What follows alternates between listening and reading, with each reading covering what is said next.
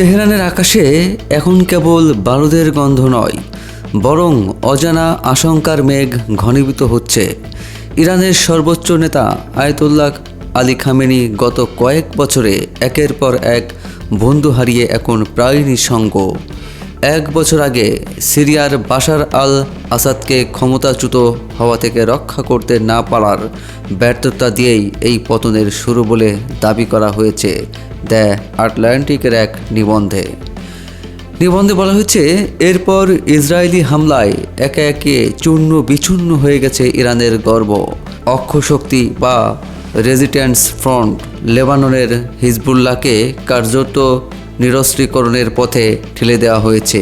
কিন্তু খামেনির জন্য সাম্প্রতিক সময়ের সবচেয়ে বড় আঘাতটি এসেছে সুদূর ভেনেজুয়েলা থেকে।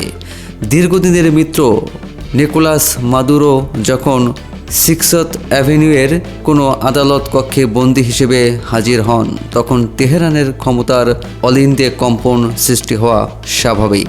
ইরানের অভ্যন্তরীণ পরিস্থিতি এখনও অগ্নিগিরির মুখে দাঁড়িয়ে। একদিকে চরম অর্থনৈতিক সংকট, অন্যদিকে রাস্তায় সাধারণ মানুষের তীব্র বিক্ষোভ। সব মিলিয়ে খামেনির শাসনের ভীত নড়বড়ে বলে দাবি করছে পশ্চিমারা।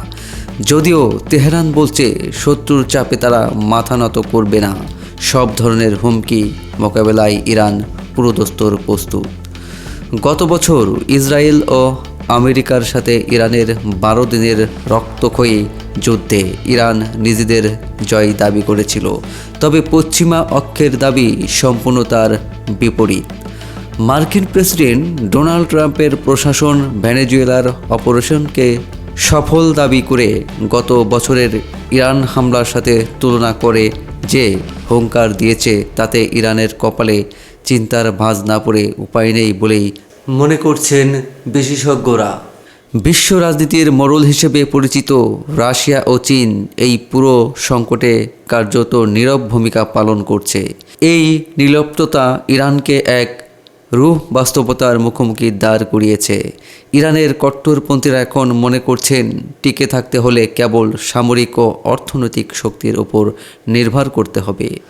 অন্যদিকে ইরানের পশ্চিমপন্থী কথিত উদারপন্থীরা আওয়াজ তুলছেন ভিন্ন এক দাবিতে। তারা বলছেন সরকারের বৈধতা আসতে হবে জনগণের কাছ থেকে।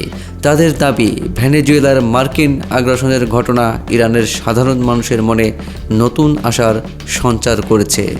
সামাজিক যোগাযোগ মাধ্যমে খামেনি বিরোধী ইরানিদের হাস্যরসে ফুটে উঠেছে ক্ষোভ।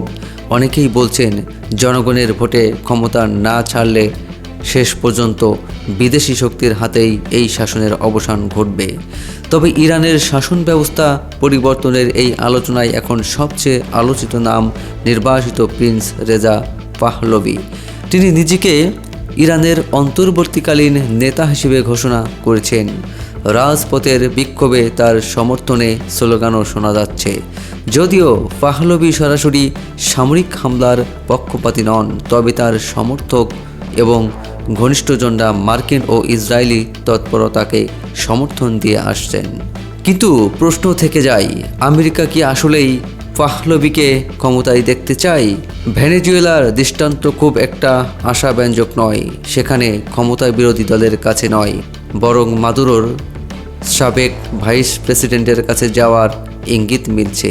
এমনকি ভয়েস অব আমেরিকার ফার্সি বিভাগের কর্মকর্তাদের দাবি অনুযায়ী ট্রাম্প প্রশাসন মনে করছে ইরানের বর্তমান বিরোধী দলগুলোর মধ্যে কোনো ঐক্য নেই। ফলে বিকল্প কোনো শক্তির খোঁজ সম্ভবত ইরানের ভেতরেই চলছে।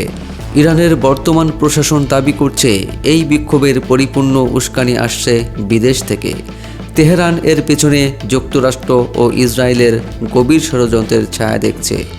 বিপরীতে আন্তর্জাতিক আইনের তোয়াক্কা না করা ট্রাম্প খামেনির জন্য বড় হুমকি বলেই মানছেন আন্তর্জাতিক ভূরাজনীতি নিয়ে কাজ করা বিশেষজ্ঞরা।